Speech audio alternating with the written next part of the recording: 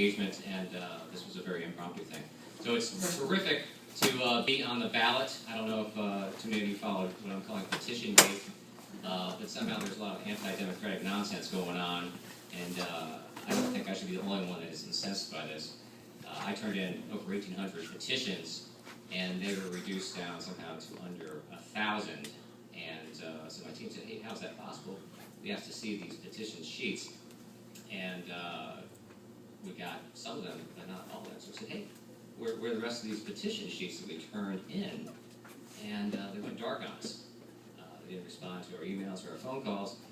So we had two options. One was to trust the Democratic Party of Virginia's appeal process that seemed to be people that didn't particularly care for me challenging Jim Moran for Congress, or to sue the Democratic Party of Virginia, which running as a Democrat is something that I was highly reluctant to do, but felt like I needed to, even though I had to pay for my own personal money, which I don't have as much of as I would care to have, and I have $15,000 less of it right now than before.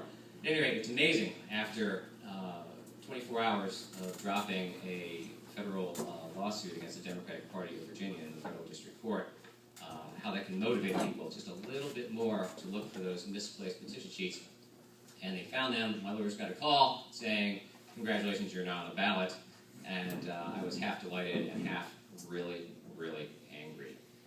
But I'm delighted to be on the ballot now. I knew I was going to have an uphill challenge facing Jim Moran. I did not know I was going to have an uphill battle with the Democratic machinery to the extent that I did. And I'm sure it's just a few, what's the right word to use? I mean, at best, this was gross negligence. At worst, it was something far, far worse. So we're moving on from there. I have a bone to pick with Congress, and I think with 90% public disapproval of Congress, I'm in fairly good company. I'm not going to talk about my policy positions here. I don't want to take away the great time from these fine candidates here. But I will say that I think that the least common denominator in society nowadays is that we expect and should demand honest leadership from our highest elected leaders. And when we're not seeing it, we should vote them out of office, and we should do so very rapidly. There's a battle that's going on now, a fight that America must win, and that is for the honest election of honest people in office. I don't begrudge special interests for what they do. Special interests represent special interests. Some special interests are fantastic. Dog petting special interests, cat cuddling, whatever. There's a lot of special interests. Clean coal, maybe not as much.